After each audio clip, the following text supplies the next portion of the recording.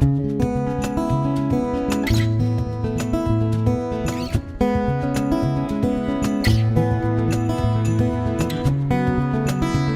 Pete from Cheap Homesteading, and today we're working on the chicken coops. The last few weekends we've been working on the chicken coop, and I didn't think it was going to take so long. I started with the high capacity chicken feeder. I went to the rolled out nesting boxes, the new roosts. I got them all installed. So today we're going to install the automatic watering system, get that done, and maybe a little bit of tidying up in the chicken coops, and then it is done. So there's no reason I can't get that done today.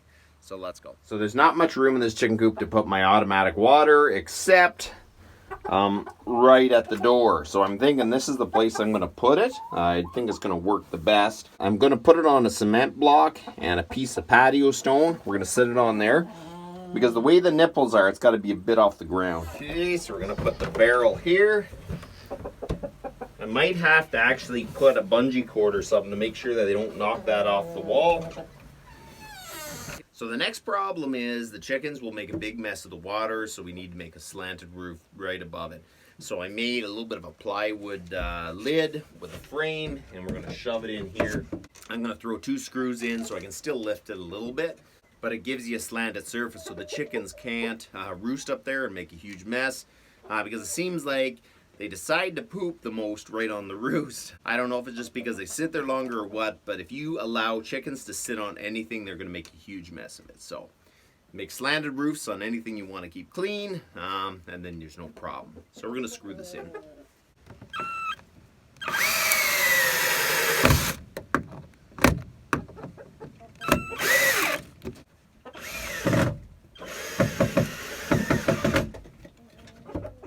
Then I'll put the water back in here. I got the barrel in here, and you know what? Looking at it, I really should have made the base bigger or make the lid that I could remove it. But if I made the lid to remove it, it would have been a lot more complicated with different hinges and whatever. So you know what? I want to keep things simple. So for now, I'm just going to leave it the way it is, and I'm just going to lift the barrel down. But later on, I'm thinking I'll make a little stool that's at the door so I can just set it here, and then something just to slide the barrel onto. Nothing too fancy, or a big block of wood. But for now, we're just going to leave it like that.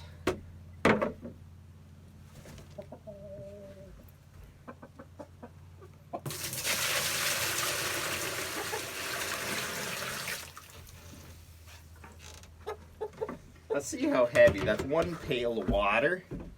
That's really not that heavy. I definitely need to get a bungee cord to hold it to the wall just to make sure that it's nice and sturdy. That is absolutely amazing how quickly they catch on to the watering nipples. Because I came in and they're actually all drinking from it. At least tapping on it anyways, so they're definitely going to get used to it. I think that one was about ready to do it.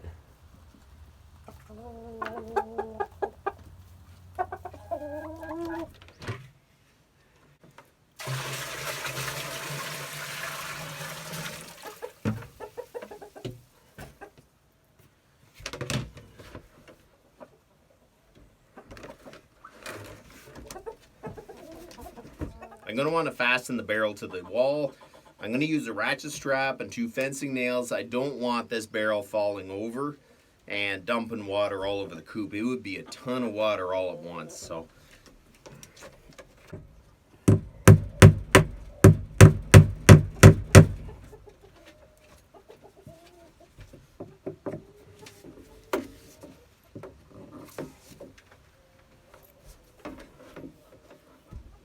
put 1 fencing nail here. I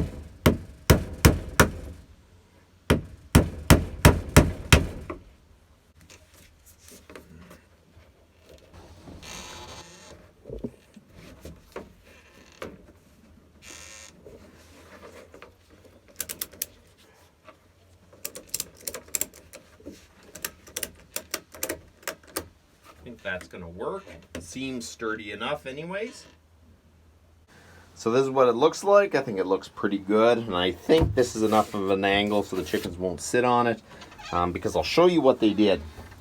I left this door on, and that was a bad mistake because now they're roosting on the door, and they're just making a huge mess of my nice high capacity feeders. I'm gonna have to remove this door, but I have to finish the other water in the other coop first. So I'm gonna leave this little water here for a little bit to make sure that they're actually getting enough water until they get used to actually drinking out of the nipples. But I already have seen them in here, and it looks like they've been getting water, so maybe they'll take a little bit to get the hang of it, because I don't know how you get water out of that and get it into your beak, but I'm sure they will figure it out.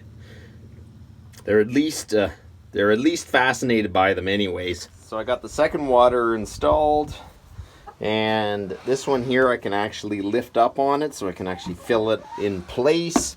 But the only issue is I saw a chicken looking at that gap, and that looks like a real nesting spot. So I'm kind of hoping if the chickens can get up in there, I'll have to put a little square or something to keep them from trying to fly up in there. But I'm hoping that they are good and there's no issues. So there you go. We got both the automatic watering buckets up and running. I'm super happy about that. That is the last major project I had in the chicken coops this year. And now we can start getting on to some other stuff, and maybe even a little more fun stuff.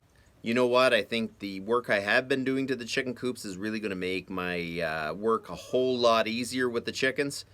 So the long run, it definitely was worth it. So that's about enough for today, and you guys have a good one.